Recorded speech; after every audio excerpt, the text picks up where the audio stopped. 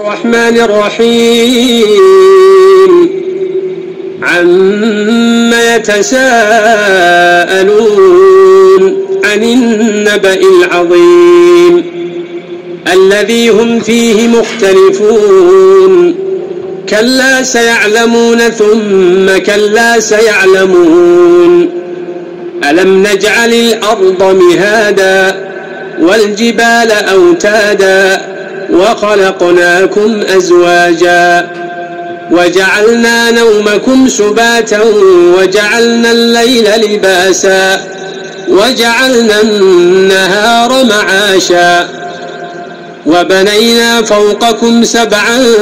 شدادا وجعلنا سراجا وهاجا وأنزلنا من المعصرات ماء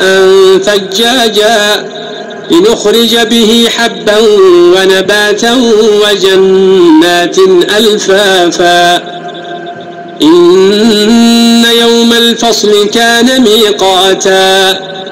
يوم ينفخ في الصور فتأتون أفواجا وفتحت السماء فكانت أبوابا وسيرت الجبال فكانت سرابا إن جهنم كانت مرصادا للطاغين مآبا لابثين فيها أحقابا لا يذوقون فيها بردا ولا شرابا لا حميما وغساقا جزاء وفاقا إنهم كانوا لا يرجون حسابا وكذبوا بآياتنا كذابا وكل شيء أحصيناه كتابا فذوقوا فلن نزيدكم إلا عذابا إن للمتقين مفازا حدائق وأعنابا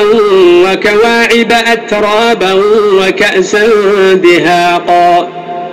لا يسمعون فيها لغوا ولا كذابا جزاء من ربك عطاء حسابا رب السماوات والأرض وما بينهما الرحمن لا يملكون منه خطابا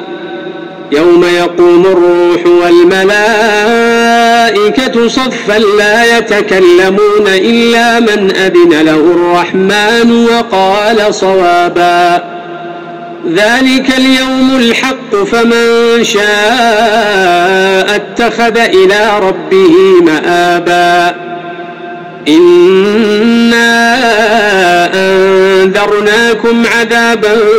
قريبا يوم ينظر المرء ما قدمت يداه ويقول الكافر يا ليتني كنت ترابا.